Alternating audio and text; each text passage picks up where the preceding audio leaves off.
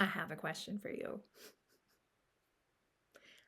How have you ever thought to yourself, why did that person react that way? Why did that person behave in that manner? Why didn't they respond in XYZ, whatever sort of expectation you had of how they should respond, interact with you, how they should act? Have you ever experienced that? I'm going to venture a guess yes. And now my question for you is, how annoyed did you get when someone acted in a way that you didn't expect them to or you didn't want them to? And I want a scale 1 to 10 here. So 10 being, others people's behaviors are disrupting you so much, annoying you so much that's disrupting your sleep, to 1 barely registers. And now I want that number to be cumulative. So think about your day, your week, your month, in total of all those interactions where you're like, why did they do it that way? Why didn't they do it like X, like I expect them to, or I would want them to, or I think is the right way to respond, act, behave, whatever? How annoyed, and again, be honest, do you get with other people's behaviors? 1 to 10. I'll give you a moment to find your number. Okay. So now what's your number? If you're brave, you can put it in the comments. Absolutely no pressure too. But I'm going to suggest that if it's over 2, that's a decent amount that other people's behaviors are irking you during the day. That other people's behaviors are disrupting your peace, disrupting your flow. Now, I just want to clarify that I'm not saying that we shouldn't be irked by other people's behaviors, because people who are being harmful to other people, that should absolutely irk us, and we should absolutely do something about that. I'm talking not on the harmful side, really.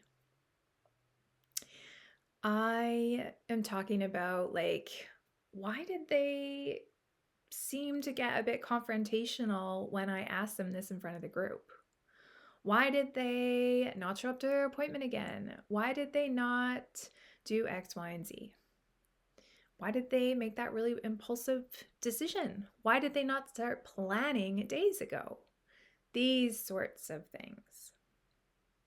Now, if you've ever heard me talk about trauma-informed practice, trauma-informed care, you will probably have heard me say that trauma-informed practice will make your life easier. And this is how. It's really simple. One of the ways that trauma-informed practice will make your life and your job easier is because we learn about how trauma can impact someone's brain, their body, their behaviors. And when we have that understanding, then when we have a situation where we're faced with someone's behaviors where they're not acting like we expect them to or we wanted them to, we might then be able to look at that behavior and say, I wonder if that person is maybe behaving that way because it's a trauma response. We don't need to know that it is. What this is doing is this is helping us see someone's behavior from a different way. And then it's encouraging us to respond from a place of understanding, respond from a place that, okay, maybe someone is triggered and we could do something to help them regulate. And not us just expect people to act a certain way, because that is not life.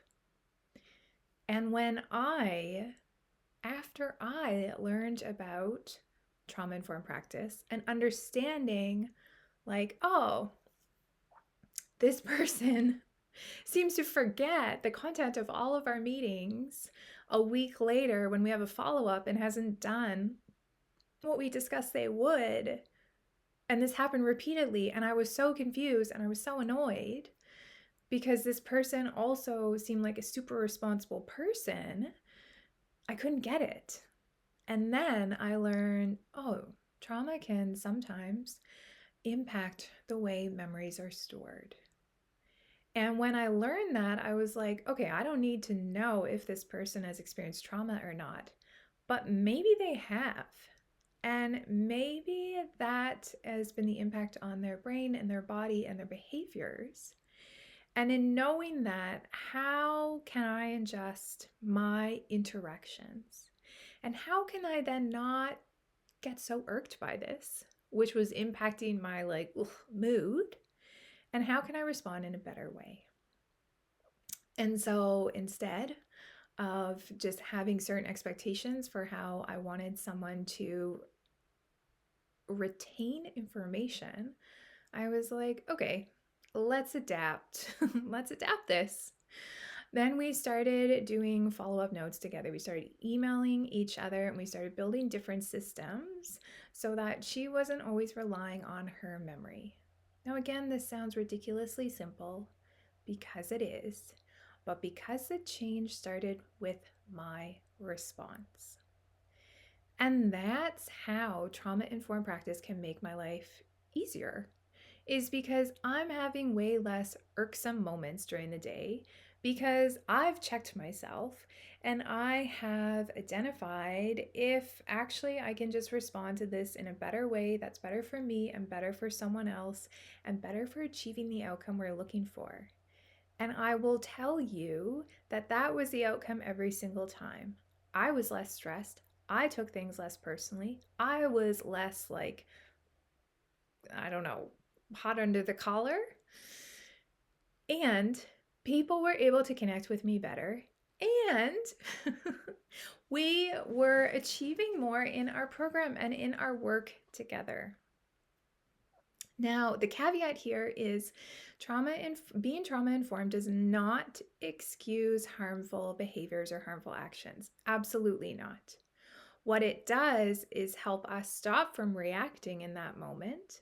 And it helps us again to respond and then reinforce those boundaries in a way that someone can receive them when their nervous system might be activated.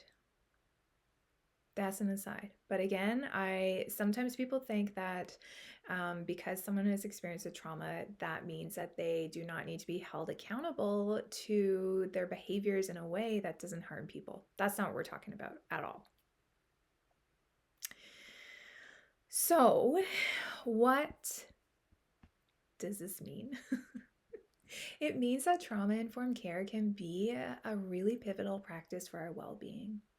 And there's lots of research around how trauma-informed care can reduce practitioner burnout, and while simultaneously improving client and patient outcomes.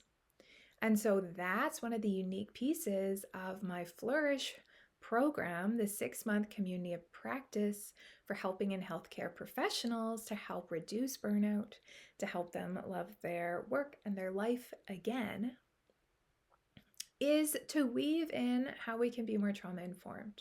Because again, all the sorts of well-being programs that I offer are always aimed towards making your life easier and better. And this is a really unique angle that we can bring. So if you're interested in seeing about how this might support you, please check out Flourish. I open this community of practice a couple times a year, and depending when you're seeing this, we are starting the winter cohort February 18th, 2026. I hope to see you there.